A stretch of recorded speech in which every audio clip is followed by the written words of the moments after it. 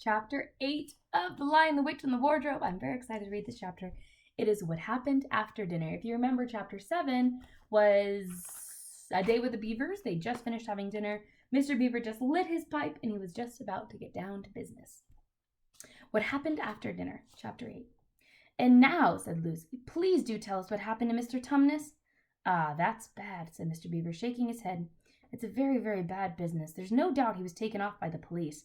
I got that from the bird who saw it done." "But where's he been taken to?" asked Lucy.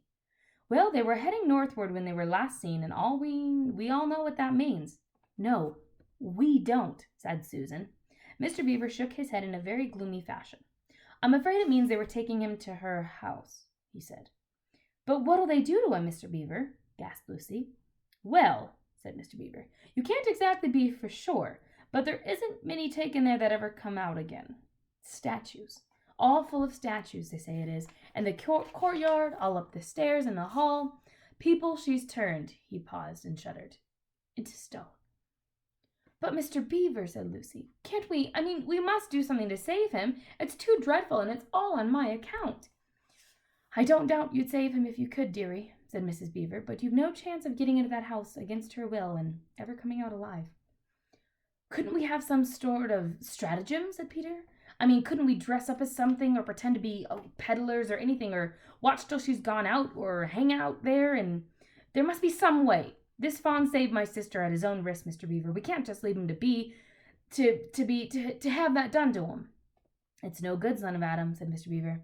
"No good your trying, all of the people. But now that Aslan is on the move—" "Oh, yes, tell us about Aslan," said several voices at once. For once again the strange feeling, like the first signs of spring or good news, had come over them. "Who is Aslan?" asked Susan. "Aslan," said Mr. Beaver. "Well, you don't know. He's the king. He's the lord of the whole wood. But he's not often here, you understand. Never in my time or my father's time, but in the word has reached us that he has come back. He is in Narnia at this very moment. He'll settle the White Witch. All will be right. It is he, not you, that will save Mr. Tumnus." "She won't turn him into stone too?" said Edmund. "Lord love you, son of Adam, what a simple thing to say," answered Mr. Beaver with such a great laugh. "Turn him into stone! If she can stand on her 2 feet and look at him in the face, it'll be the most she can do, and more than I ever expect of her. No, he'll put all rights, as to say in the old rhyme, in these parts. Wrong will be right when Wrong will be right when Aslan comes in sight, and the sound of his roar, sorrows will be no more. When he bares his teeth, winter meets its death, and when he shakes his mane, we will have spring again. You'll understand when you see him." "But shall we see him?" asked Susan. "Why, daughter of Eve, that's why I brought you here. I'm leading you to where we shall meet him," said Mr. Beaver. Is he a man?" asked Lucy. "Aslan, a man!" said Mr. Beaver sternly. "Certainly not. I tell you he is the king of the wood, the son of the great emperor beyond the sea. Don't you know who is the king of beasts? Aslan is a lion, the great lion." "Oh," said Susan, "I thought he was a man. Is he quite safe? I shall rather feel nervous about meeting a lion." "That you will, dearie, and no mistake," said Mrs. Beaver. "If there's anyone who can appear before Aslan without their knees knocking, they're either braver than most else, or they're just silly." "Then he isn't safe," said Lucy. "Safe!" said Mr. Beaver. "Don't you hear about what Mrs. Beaver just told you? Who said anything about safe? Of course he isn't safe, but he's good. He's the king, I tell you." "I am longing to see him," said Peter, "even if I do feel frightened when it comes to the point."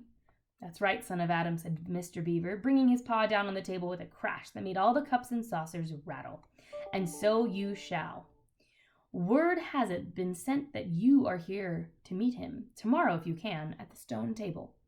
"Where's that?" said Lucy. "I'll show you," said Mr. Beaver. "It's down the river a good step from here. I'll take you to it." "But meanwhile, what about poor Mr. Tumnus?" said Lucy. "The quickest way you can help him is by going to meet Aslan," said Mr. Beaver. "Once he's with us, then we can begin doing things. Not that we don't need you too, for that's another out-of-this-world rhyme. When Adam's flesh and Adam's bone sits at Cair Paravel enthroned, the evil time will be over and done." So things must be drawing near to the end. Now he's come and you've come.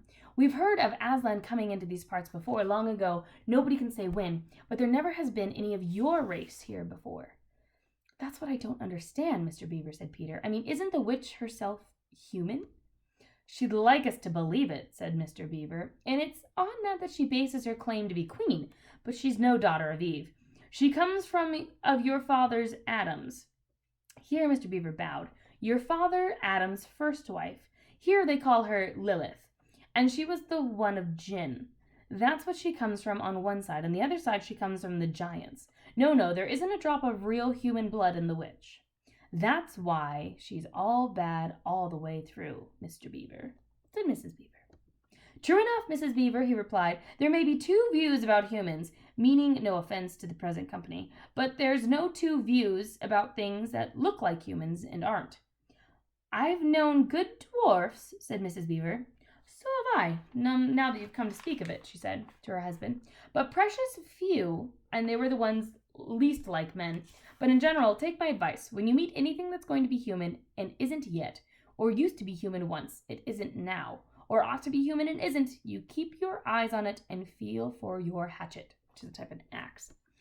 And that's why the witch is always on the lookout for any humans in Narnia. She's been watching for you many a year, and she will know wherein the four of you are here, she'll be more dangerous. What's that have to do with it? Said Peter. Because of another prophecy, said Mr. Beaver. Down at Cair Paravel, that's the castle at the seacoast down at the mount of this river, which ought to be the capital of the whole country if it was all as it should be. Down at Cair Paravel there are 4 thrones. And it is saying in Narnia that time out of mind when 2 sons of Adam and 2 daughters of Eve sit in those 4 thrones. And then it will be the end of not only the White Witch's reign, but of her life. And that is why we have to be so cautious as we came along. For if she knew about you 4, your lives wouldn't be worth a shake of my whiskers. All the children had been attending so hard to what Mr. Beaver was telling them that they hadn't noticed something else for a long time. Then during a moment of silence that followed his last remark, Lucy suddenly said, I say, where's Edmund? There was a dreadful pause, and then everyone began asking, who saw him last? How long has it been since he's missing? Is he outside? And then all rushed to the door and looked out. The snow was falling thickly and steadily, and the green of the ice pool had vanished under a thick white blanket. And from there, the little house stood in the center of the dam, and you could hardly see either bank. Here's them all looking. Only 3 of them. Out they went, plunging well over their ankles into new soft snow, and went around the house in every direction. Edmund! Edmund! They called till they were hoarse. But the silently falling snow seemed to muffle their voices, and there was not even an echo in answer. How perfectly dreadful, said Susan, as they last came back in despair. Oh, I had wished we'd never come. What on earth are we to do, Mr. Beaver? Said Susan. Do, said Mr. Beaver, who was already putting on his snowboots. Do. We must be off at once. We haven't a moment to spare. We'd better divide into 4 search parties, said Peter, and go in different directions. Whoever finds him must come back here at once. Search parties, son of Adam? Said Mr. Beaver. What for? Why, to look for Edmund, of course. There's no point in looking for him, Mr. Beaver. What do you mean? Said Susan. He can't be far away yet, and we've got to find him. What do you mean when we say there's no use looking for him? The reason there's no use looking, said Mr. Beaver, is that we already know where he's gone. Everyone stared in amazement. Don't you understand? Said Mr. Beaver. He's gone to her, the White Witch. He has betrayed us all. Oh, surely. Oh, really? Said Susan. He can't have done that. Can't he? Said Mr. Beaver, looking very hard at the 3 children. And everything they wanted to say died on their lips, for each felt suddenly quite certain inside that this was exactly what Edmund had done. But will he know the way? Said Peter. Has he been in this country before? Said Mr. Beaver. Has he ever been here alone? Yes, said Lucy, almost in a whisper. I'm afraid he has. And did he tell you what he'd done, or who he had met? Well, no, he didn't, said Lucy. Then mark my words, said Mr. Beaver. He has already met the White Witch and joined her side, and has been told where she lives. I didn't like to mention it before, he being your brother and all, but the moment I set eyes on that brother of yours, I said to myself, treacherous. He had the look of one who had been with the witch and eaten her food. You can always tell them if they've lived in Narnia. Some lived long in Narnia, something about their eyes. All the same, said Peter in a rather choking sort of voice, we still have to go and look for him. He's our brother after all, even if he is a little beast. He's only a kid. Go to the witch's house, said Mrs. Beaver. Don't you see that's the only chance of saving either him or yourselves is to keep away from her?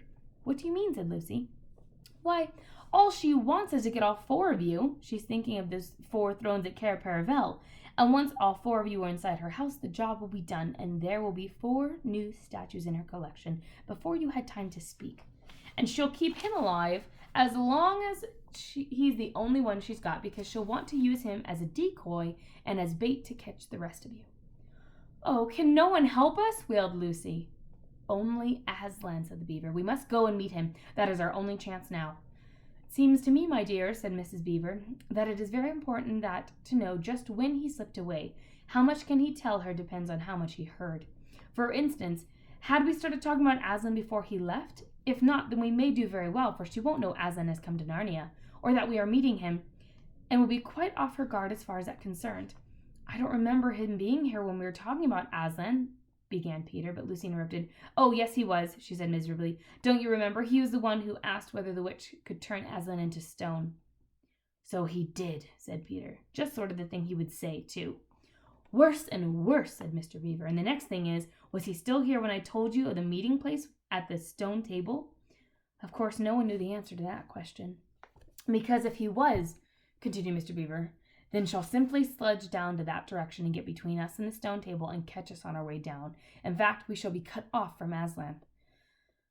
But that isn't what she'll do first, said Mrs. Beaver. Not if I know her. The moment that Edmund tells her that we're all here, she'll set out to catch us this very night. And if he's been gone about a half hour, she'll be here in about another 20 minutes. You're right, Mrs. Beaver, said her husband. We must all get away from here. There's not a moment to lose. And that is the end of chapter 8. Chapter 9 is titled In the Witch's House. Have a great day.